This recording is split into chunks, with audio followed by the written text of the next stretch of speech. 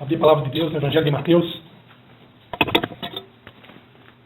Evangelho de Mateus, capítulo de número 23.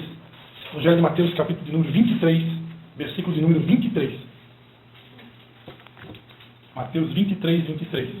Mateus não está aqui hoje, veio a Vanessa, que é uma só carne com ele, mas de provocação, a gente vai ler o 23, 23. É para decorar duas vezes o 23. O 23, o Salmo 23, todo mundo sabe, né? O Senhor é meu pastor e nada me faltará. Mas aqui é o Mateus, 23, 23. Quando a gente era mais jovem, né? Tinha na propaganda na televisão, faz um 21. Quem lembra? Né? Aquela Ana Paula Rosa, né? Que era uma modelo famosa brasileira, né? Aí aparecia na televisão, faz um 21. Era a propaganda da Embratel. Acho que era isso, né? Agora faz o 23. Faz o 23 aí. Todo mundo achou? Aqui diz assim, ó. Ai de vós, escribas e fariseus, hipócritas, dai o dízimo da hortelã, do endro e do cominho, mas negligenciais o mais importante da lei, a justiça, a misericórdia e a fé. Devias, porém, fazer estas coisas sem omitir aquelas. Amém?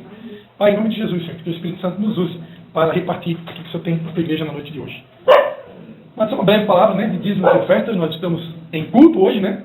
Para quem estava na última célula, eu anunciei que a gente não vai mais fazer, não vai ter mais momento de dízimo e oferta na célula, né, no pequeno grupo, só no culto, tá bom? Mas no culto a gente sempre vai ter, porque finanças bíblicas, amados, são fundamentos da fé. Né? A palavra de Deus diz, por exemplo, em 1 Coríntios, que aquele que semeia pouco, pouco se fará, e quem semeia muito, com abundância se fará. No reino de Deus, tudo se move por princípio. Né? E tem princípios que são invioláveis. Né? O princípio da generosidade é inviolável. Né? A Bíblia diz que a alma generosa prosperará. Então, quem está comigo aqui?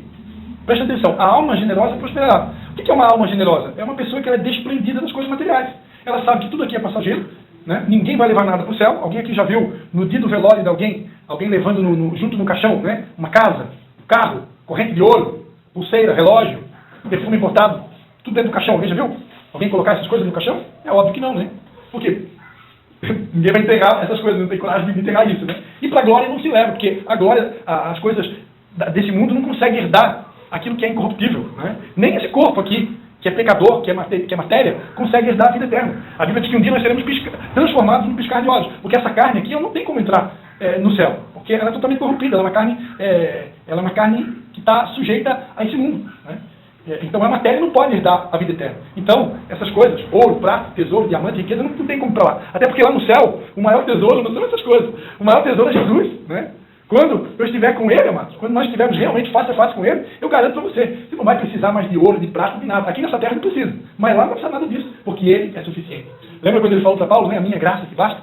Por quê? Porque Ele é suficiente, a graça dele é suficiente, o amor dele é suficiente. Amém?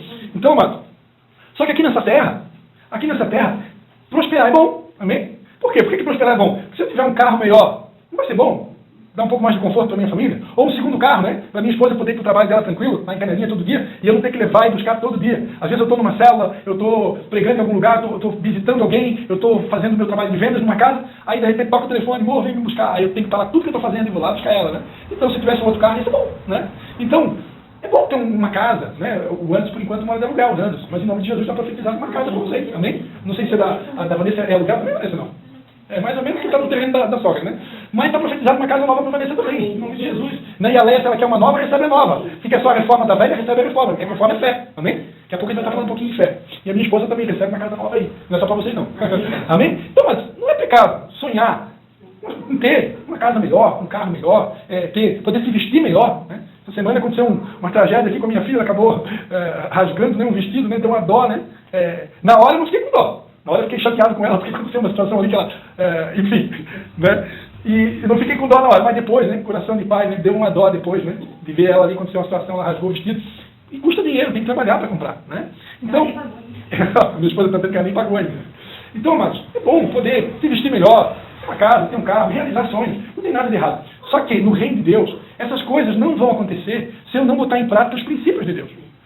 Não pense você que você vai prosperar, vai comprar uma casa melhor, um carro melhor, e as coisas vão prosperar se você não botar em prática os princípios. E um dos princípios é a lei da semeadura. Quem não semeia, quem semeia pouco, vai colher pouco. Quem semeia muito, vai colher muito. Quem semeia nada, vai colher o quê? Vai colher nada. E dízimos, ofertas, primícias, esmolas, né? Eu investi, né? Eu investi lá em Nova Trento, quando a igreja era lá, Deus me deu uma série, vocês lembram da época que eu fazia séries, né? Deus me deu uma série sobre finanças bíblicas. Eu fiquei 7 sábados, eu acho, seguidos, pregando. Foram 2 sábados pregando só sobre ofertas, mais 2 sábados pregando só sobre dízimos, mais 2 sábados pregando sobre primícias e 1 sábado pregando sobre esmolas. Por que o Espírito Santo me usou ali 7 sábados para pregar sobre isso? Porque Deus queria colocar isso como fundamento. Mas eu não sei o que aconteceu, né? Depois que a gente se mudou aqui para São João, muitos não têm conseguido mais colocar isso em prática, né? Eu não sei o que aconteceu, talvez. Enfim, não estou aqui para julgar ninguém, né? A verdade é que a gente passou uma grande guerra, todos nós aqui. Não foi fácil para mim, né? Poder ter que abrir a mão de uma sala, um ministério lá, um templo estruturado, e ter que voltar para cá hoje fazer culto aqui na garagem da casa, né? Não é fácil, mas talvez, não sei como que é para vocês. Talvez para vocês não seja tão difícil como para mim, mas eu acho que é também, porque perante a Bíblia nós somos um só corpo, né? Agora, para mim, como pastor, dói muito. Por quê? Por que dói muito? Porque eu já falei isso várias vezes, né? É uma sensação de derrota, é uma sensação que você está retrocedendo, né? E de fato é, né? Eu entendo hoje que, em termos de mundo espiritual e batalha espiritual, retroceder, dar passo para trás, isso não é coisa ruim, isso é uma coisa maravilhosa. Porque numa guerra, muitas vezes, um exército, ele precisa retroceder, ele tem que dar uns passos para trás. E tem um apóstolo que ensina, né, o apóstolo Firmino, que quando o arqueiro ele vai tirar a flecha, né, que nas guerras no passado, uma das armas de guerra era a flecha, né? E lembra dos dardos inflamados do maligno, em Efésios 6? O que é um dardo inflamado do maligno? O que era um dardo inflamado nas guerras? Era uma flecha com fogo na ponta. Alguém já viu aqueles filmes antigos, né? Eles botavam um tipo de uma estopa pegando fogo ali na ponta da flecha e o arqueiro atirava a flecha com fogo. E aí entrava lá dentro do território do inimigo e incendiava, né? Então, arco e flecha é um instrumento de guerra. E a flecha, quando você vai, quem já viu o filme, né? Quanto mais longe, mais para trás você puxa, mais longe ela vai depois, né? Quanto mais para trás você puxa, mais ela vai. Assim é a nossa vida. Quanto mais Deus nos traz para trás, a impressão que dá é que a gente está retrocedendo. A impressão que dá é que a gente está diminuindo, a gente está encolhendo, né? Que ele cresça e eu diminua, né? A gente canta, mas quando vem a teste, né? Que ele cresça e eu diminua. É muito bom de cantar, né? Mas quando vem a prova, que você tem que diminuir, né? Esse diminuir, mas dói. Só que esse diminuir é para poder crescer mais. Esse vir para trás é para poder ir mais longe depois, né? Então, Deus está construindo fundamentos sólidos nas nossas vidas. Deus nos escolheu para algo muito lindo. Talvez nem todos aqui tenham esse entendimento ainda. Mas eu sei o que o Ministério Vindas Águas representa hoje no mundo espiritual. Para muitas pessoas, nós aqui somos desconhecidos. Mas no mundo espiritual, para Deus, nós somos conhecidíssimos. Garanto para vocês. Conhecidíssimos. Alguém aqui pode pensar assim, pastor, está se exaltando. Não estou me exaltando. Só estou sendo real com aquilo que Deus me mostrou. Que no mundo espiritual, a posição que a gente está e o que a gente representa para Deus é muito grande, né? Aos olhos dos homens, né? Estamos aqui em poucas pessoas. Só que para Deus, não se engane com números. Porque números não impressionam Deus. O que impressiona Deus é um coração quebrantado e contrito. O que impressiona Deus é obediência à palavra. O que impressiona Deus é santidade. O que impressiona Deus é compromisso com o reino dele. Então, o que adianta uma igreja cheia de pessoas vazias? O que adianta uma igreja com 1000 membros? Nada contra. Eu gostaria de ter uma igreja com 1000 membros, até mais, né? Preferência 5 mil, 10 mil, 20 mil. Né? Mas, o que adianta chegar em 10 mil membros e aqueles 10 mil membros ali, tudo corrompido, tudo frequentando a igreja, tudo com outros interesses próprios, né? Com o coração completamente longe de Deus, com as motivações completamente equivocadas, como se a igreja fosse uma espécie de banco e Deus fosse uma espécie de negociante, né? que faz negócio com você. Não, Deus não faz negócio. Né? Com Deus, o reino de Deus, tudo se move por princípio. E um dos princípios é o princípio de semear, é o princípio de dizimar. Essas palavras que eu li para vocês, Mateus 23, 23, você nunca mais vai esquecer, né? Porque é o nome de Mateus é bonito, está dizendo aqui, é palavras de Jesus, amados. E não é o Antigo Testamento, é o Novo Testamento. Né? Porque dízimo é coisa do Antigo Testamento. Aqui é Novo Testamento. É Jesus falando. E Jesus está dizendo, olha, vocês dão o dízimo da hortelã. Aqui ele estava falando para os fariseus da época, para os escribas. Né? Quem eram os escribas? Os escribas aqueles que escreviam os pergaminhos. Escreviam a Bíblia, os escribas. Né? Vocês dão o dízimo da hortelã. Os escribas e fariseus, amados, eles eram tão certinhos com a lei, eles eram tão religiosos, eles eram tão corretos com a lei, que eles davam o dízimo nos pormenores. Era o dízimo do endro, o dízimo da hortelã, do cominho, porque eles trabalhavam na agricultura. Então, o que colhia na agricultura? Colhia hortelã, colhia endro, colhia cominho, um monte de coisa. E outras coisas maiores, provavelmente. Mas eles eram tão corretos na hora de separar o dízimo, que até a salsinha lá, o coentro, o cominho, que era assim, o menorzinho da agricultura que eles colhiam, eles davam o dízimo também. Então imagina que você é um agricultor, e lá na tua safra, na tua roça, você colheu uva, colheu maçã, colheu laranja, colheu abacate, e aí também tinha coentro, tinha cominho, né, hortelã. Você poderia dar dízimo só do abacate, o dízimo da laranja, o dízimo da pera, mas eles davam até dos pequenininhos, porque eles queriam ser certinhos com Deus. Né? E aí que Jesus elogia eles. Poxa, vocês estão de parabéns, porque vocês dão o dízimo do endro, do cominho, da hortelã, mas o principal, aqui Jesus vai explicar uma coisa interessante, o principal da lei não era necessariamente isso, era a justiça, a misericórdia e a fé. Lá no Antigo Testamento, o profeta Miqueias, ele vai dizer, olha, o Senhor declarou o que ele pede de vocês. O que ele pede de nós? Que a gente ame a justiça, pratique a misericórdia e ande humildemente com Deus. Né? Então aqui, Jesus está quase que repetindo o texto de Miqueias. O que Deus quer de nós? O que é mais importante na lei? Né? A prática da justiça. Andar de acordo com a palavra de Deus, ser justo com as pessoas, ser correto. Né? Justiça fala de justo, nem para a esquerda, nem para a direita, no caminho reto. Né? Misericórdia, colocar o coração na dor do outro, se importar com a dor do outro, e a fé. Né? A fé a gente vai falar um pouquinho daqui a pouco. Então isso aqui é o principal. Eles estavam sendo 100% no dízimo, mas justiça, misericórdia e fé, eles estavam deixando a desejar. Aí o que Jesus vai dizer? Olha, vocês deviam, porém, fazer estas coisas. Estas coisas que Jesus está se referindo. O que é o mais importante? Justiça, misericórdia e fé. Então faça isso. Pratique a justiça, a misericórdia e guardem a fé. Porque isso é o mais importante. Mas sem omitir aquelas. Sem omitir o dízimo. Então, continue, faça o que tem que ser feito, mas não deixe de fazer o que vocês já estão fazendo, que é entregar o dízimo.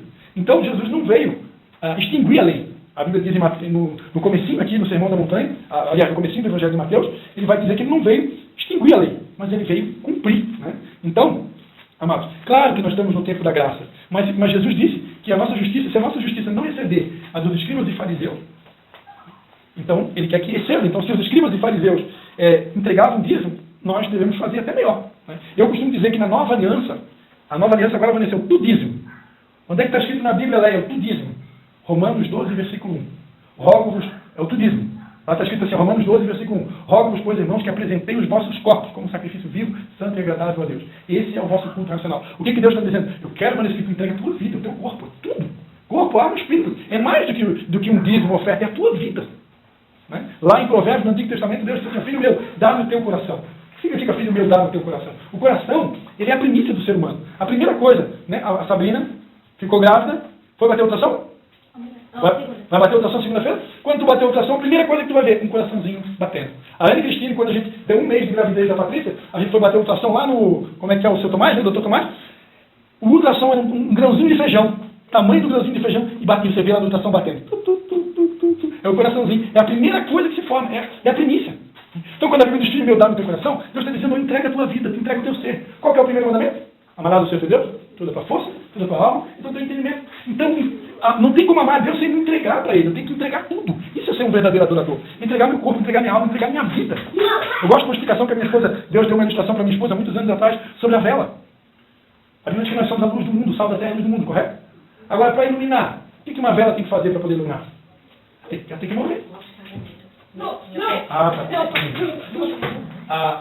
A vela, para poder iluminar, ela tem que morrer. Ela tem que se desgastar, se doar, até acabar. Quem é que já viu uma vela até o fim? Todo mundo, né? Então assim é a nossa vida, amados. A gente tem que se entregar até não ter mais força. Até enquanto a gente estiver aqui nessa terra. E quando a Bíblia dá no teu coração, ele dá tudo. É a minha vida, é a minha casa, o meu carro, tudo que tem, tudo que só é para a glória dele. A Bíblia não diz em Romanos 11, 26, porque dele, por ele e para ele são algumas coisas. Poucas coisas. São o quê? Todas as coisas. O que é todas as coisas? Todas as coisas é tudo. É a minha vida, é o meu carro, é a minha casa. Eu estou fazendo culto aqui na garagem da minha casa. Minha casa não é minha. É dele. Então tudo eu tenho que colocar à disposição dele. Amém, amado? E Deus é tão bom que Ele promete que se eu entrego meu dízimo, lá em Malaquias diz que Ele vai repreender o devorador. E se eu pedir a Ele, Ele vai derramar uma bênção tal sobre a minha vida. Então Deus é tão bom que se eu oferto em abundância, eu vou colher em abundância. Se eu entrego o dízimo, Deus repreende o devorador. Deus cuida para que não aconteçam catástrofes, que não aconteçam prejuízos na minha vida. Então, amado, eu só ganho.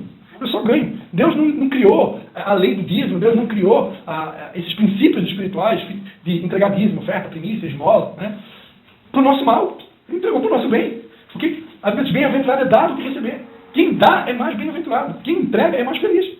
Se eu retenho, né, o provérbio que diz que a alma generosa prosperará, o mesmo provérbio vai dizer, mas tem alguns que retêm. Tem alguns que retêm o que deveria dar. Esses daí não vai ter bênção sobre a vida dele. Porque se eu estou retendo, pega um agricultor, chega na época de plantar, ele está cheio de semente na mão, mas ele não planta. A terra está boa, choveu, preparou a terra, mas ele não, eu não vou plantar. Eu vou segurar essa semente aqui. A semente aqui é minha, eu vou morrer com a semente na mão. Aí o que vai acontecer? Vai passar um tempo, vai chegar o período da colheita, e aí vai nascer alguma coisa naquela terra. A terra pode estar adubada, a terra pode estar regada, a terra pode estar top, mas não vai nascer nada porque eu não plantei. Agora, se eu pego a semente que está na minha mão, eu planto, vai ter uma colheita. Quanto está entendendo?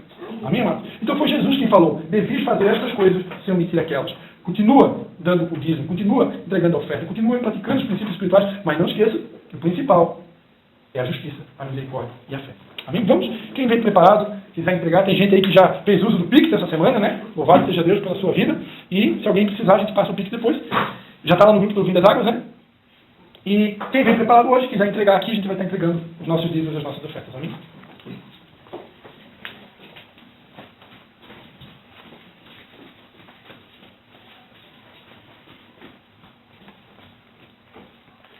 Mas estenda sua palma da mão para cima, amém? Pai, em nome de Jesus, Pai. Quero te dar graças, Pai, pela vida da Leia, da Vanessa, do Mateus, Pai, da Arlan e da Thaisa, também do Anderson, da Sabrina que estão aqui, Pai, da minha esposa que precisou se ausentar agora. Pai, te dou graças, Pai, pela vida de cada um que está aqui, para aqueles que puderam estar dizimando, ofertando, contribuindo, Pai, com o teu reino, Pai, com a ampliação do teu reino. Pai, eu quero abençoar a vida de cada um deles, Pai. Em nome de Jesus, eu abençoo a vida de cada um deles. Eu te peço que o Senhor abra a janela dos céus, que o Senhor prospere, Pai, a vida de cada um deles, Pai. Em nome de Jesus Cristo, Pai. E aqueles que vão acompanhar essa gravação, Pai. Também, se o Senhor quiser tocar no coração de alguém que vai acompanhar essa gravação, vai estar semeando na vida do Ministério Vidas Águas, eu te peço, Pai, desde já, que o Senhor abra a janela dos céus, que o Senhor derrame as tuas bênçãos, a tua prosperidade, a tua fartura, a tua abundância sobre essas vidas, Pai.